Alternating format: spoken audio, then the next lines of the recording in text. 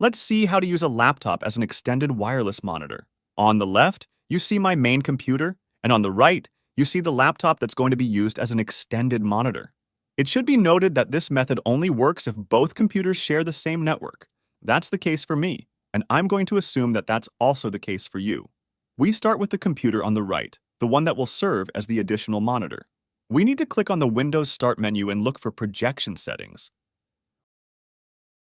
We then click on Optional Features,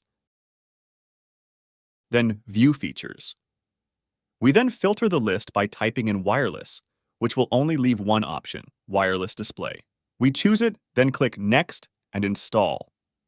This is a very long installation. On my computer, it took over 20 minutes, so be prepared for the waiting. The good thing, though, is that it only needs to be done once.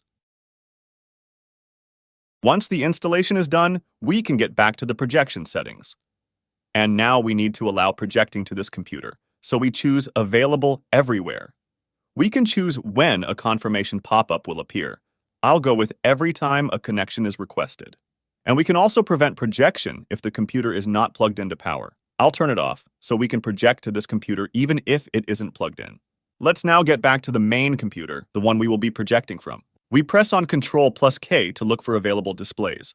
And almost immediately, my other computer was discovered. And we need to choose it from the list. We then need to allow it on the other computer, and I'll choose Allow Once.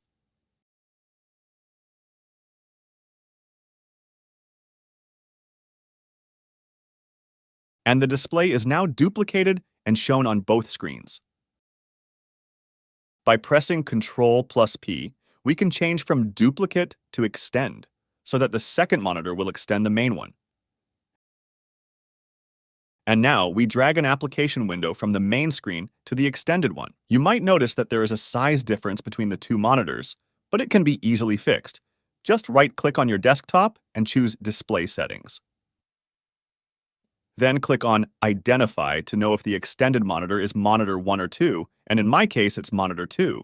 So let's choose monitor 2, and if we scroll down, we can see that the scale is at 150%. So let's change it to 100%.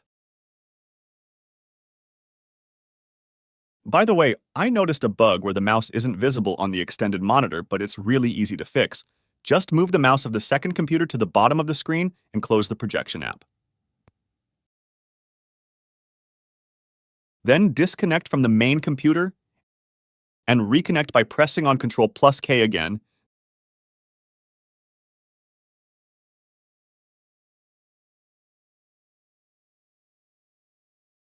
Then you should be able to see your mouse on both monitors.